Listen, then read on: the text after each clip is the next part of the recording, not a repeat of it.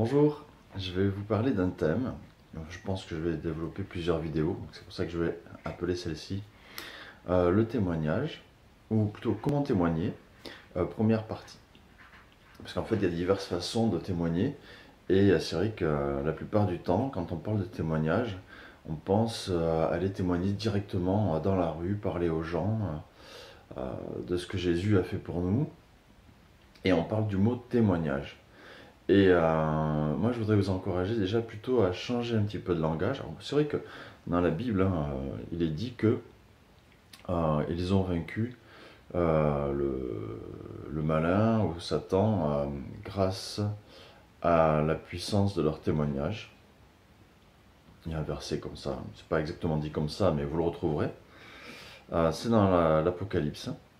Et mais c'est bien aussi de montrer notre vie avec Jésus, de parler de notre vie avec Jésus. Alors, première chose, tout simplement, je ne vais pas rentrer dans les détails, les diverses choses, témoignages, je sais qu'il y a des personnes qui font des plans, voilà, il y a ça, ça, ça, ça, ça. Je ne vais pas faire de plan. Je vais juste vous donner la première pensée qui me vient, c'est que déjà, pour pouvoir témoigner efficacement, il faut une vie de prière. Pour avoir une vie de prière, c'est vrai qu'il est écrit que de prier tout le temps, d'être sans cesse en prière. Mais il ne faut pas oublier que ça ne nous dispense pas quand même d'avoir des temps de prière. Comme Dieu dit, mets-toi à part dans ta chambre, ferme la porte derrière toi, dans le lieu où tu es seul pour prier, parler à ton Dieu. Ça, c'est super important d'avoir ces moments de prière seul avec Dieu, comme on voit Jésus qui se met seul à part pour prier son Père. Ça, c'est vraiment une clé essentielle. Personne ne peut se passer. Aucun chrétien ne peut se passer de ce temps de prière seul à seul avec son Dieu. Et par contre, après, il est écrit aussi être en prière tout le temps. Donc ça, pour la prière, je vous renvoie à un enseignement de Jacques Collin. Écoutez bien, Jacques Collin. La prière, c'est un des enseignements qui vient de sortir le mois dernier. Donc là, on est au mois de mars 2021. Donc, si vous écoutez cette vidéo plus tard dans le temps, vous saurez que si vous allez sur la chaîne YouTube de Jacques Collin, dans le mois de mars 2021, vous allez trouver les enseignements sur la prière. Très très important. Je ne vais pas revenir dessus parce que je vous ai dit qu'il les a fait. Ils sont super bien. Allez les voir. Maintenant, pourquoi être en prière tout le temps? Parce que par exemple, si vous êtes en prière tout le temps, quelqu'un vous dit « Hé, à quoi tu penses ?»« Je prie mon Dieu. »« Quoi? Tu pries ton Dieu ?»« Eh ben oui, je prie mon Dieu pour ceci, cela, nanana, parce que je crois que nanana. » Et vous avez témoigné. La personne qui vous a parlé sait que vous avez un Dieu, que vous lui parlez. On peut lui parler comme ça, mais comment tu lui parles à ton Dieu? Je lui parle comme je te parle, mais comme il est capable de lire mes pensées, je ne suis pas obligé de lui parler à voix haute. Voilà. Et ah bon? Oui, j'ai une relation comme ça avec mon Dieu. Et peut-être que la personne, ça va la toucher. Par exemple, la semaine dernière, j'amène ma fille donc à son auto-école. Pendant qu'elle va parler avec la personne de son auto-école, moi je vais à la banque. À la banque, j'avais un petit peu d'argent à retirer.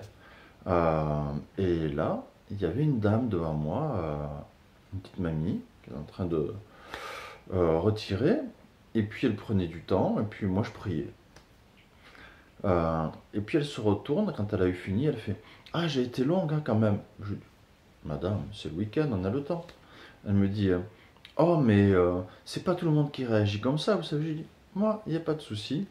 Pour m'occuper, je prie. »« Ah, vous priez ?»« Oui, je prie Jésus. » Elle me dit « Oh, mais c'est rare de voir des jeunes comme ça, à notre époque, qui prient. » J'ai dit ben, c'est grâce à ma grand-mère, c'est elle qui m'a mis au catéchisme quand j'étais petit.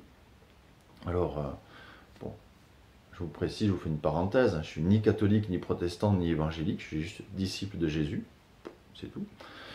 Mais voilà, ma foi, elle me vient du départ que ma grand-mère, quand même, m'a mis au catéchisme, c'est ce que je lui dis.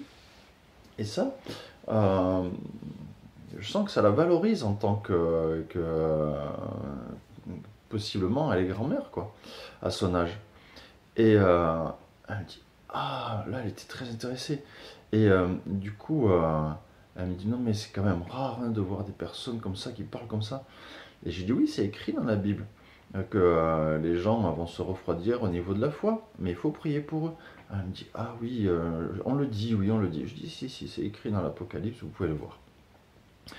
Et elle me dit, oui, parce que c'est important de croire en Dieu, parce que moi j'ai perdu mon mari, et, et, euh, et mon mari, enfin voilà, et je sais que Dieu est avec moi, qui me secourt. Et j'ai dit oui, le mal d'aujourd'hui, c'est qu'on croit que la religion, c'est privé. On croit qu'il ne faut pas en parler.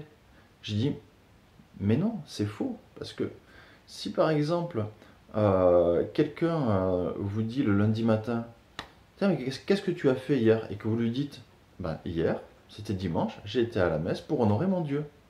Ah bon, tu vas à la messe, ça veut dire la personne, soit peut-être elle n'en a rien à secouer, elle va passer, soit sinon ça va l'interpeller, elle va dire, ben, tu as été à la messe, mais pourquoi? Ben, parce que j'ai un Dieu qui me secourt, qui me console, qui me fait du bien. Euh, et là, la personne, si vous lui parlez comme ça, j'ai dit, madame, peut-être, la semaine prochaine, elle va vous accompagner à la messe. Et vous aurez gagné une âme pour Jésus. Et là, la dame, elle me regarde, elle me dit, bah, je vous remercie. Et je vous souhaite, elle m'a dit, je vais passer une bonne journée. Pour elle, que je lui ai parlé de Jésus, que je lui ai parlé comme ça a égayé sa journée. Donc, priez tout le temps. Soyez tout le temps en prière. Priez chez vous, à part, ou dans notre lieu, peu importe, à part. Mais priez tout le temps aussi. Priez avec d'autres frères et sœurs. Et priez tout le temps. Comme ça, quand on vous demande qu'est-ce que vous étiez en train de faire, vous étiez en train de prier. Et là, vous pouvez témoigner. Si on vous demande ce que vous êtes en train de faire, qu'est-ce que vous avez fait hier alors que vous étiez à un culte, ne dites pas oui, j'ai été avec des amis, oui, j'ai passé la journée en famille ou des choses. Non, non, non, non. Dites la vérité. J'étais à l'église où je me suis réuni, puisque nous, l'église, pour nous, c'est pas un bâtiment, pour nous, c'est le corps du Christ, et on se réunit dans les maisons. Donc, hier, j'étais avec mes amis pour faire le culte pour rendre un culte à mon Dieu, pour étudier la parole de Dieu, pour étudier la Bible, pour prier Jésus, pour chanter des louanges à Jésus, à Dieu le Père. Ah bon? Oui. Et mais vous vous réunissez dans les maisons comme ça pour faire ça? Oui. Et j'ai eu des discussions avec des collègues comme ça. Par exemple, ma femme, pour vous donner un exemple, si on lui dit, puisqu'elle est née en Guyane, comment ça se fait que tu vis en Auvergne alors que tu es née en Guyane? Elle pourrait très bien occulter la vérité en disant j'ai suivi mes parents. Mais elle peut dire la vérité. Et dire la vérité aura un impact.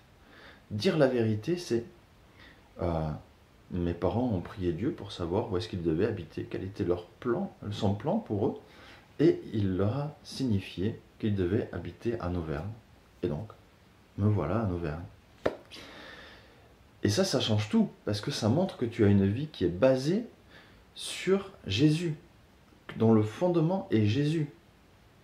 Il ne peut y avoir d'autre fondement que Jésus. Alors, si tu caches la vérité, sache que tu as honte de ton Dieu.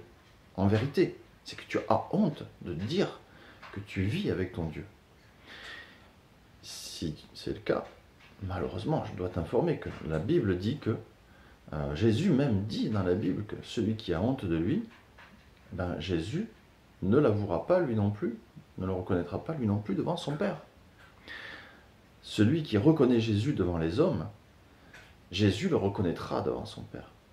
Je t'encourage à dire la vérité, à prier tout le temps pour pouvoir être... quand on te demande qu'est-ce que tu es en train de faire, je suis en train de prier. Que si on te demande qu'est-ce que tu as fait hier alors que tu étais en train de prier, tu étais avec tes frères et sœurs, tu le dis. Si Dieu a fait quelque chose dans ta vie, on te demande hey, comment c'est cette situation, pourquoi cette situation est là dans ta vie, et que c'est grâce à Dieu, bah, tu le dis. N'oublie pas de le dire. Et tu verras qu'il y aura beaucoup de résultats. Tu as juste ça à faire. Tu n'as pas besoin de te dire ben, oui, mais si je le dis, que la personne ne croit pas. Non, ça c'est le travail de Dieu. C'est le travail de papa. Hein, de gérer ça, de son Esprit Saint. Toi, tu ouvres la bouche et tu dis ce que tu as à dire. Voilà. Je vous laisse parce que sinon cette vidéo va être trop longue et je ne pourrais pas en faire d'autres. Alors, je vous souhaite une bonne journée bénie et que papa vous guide avec son Esprit Saint en Christ dans cette journée.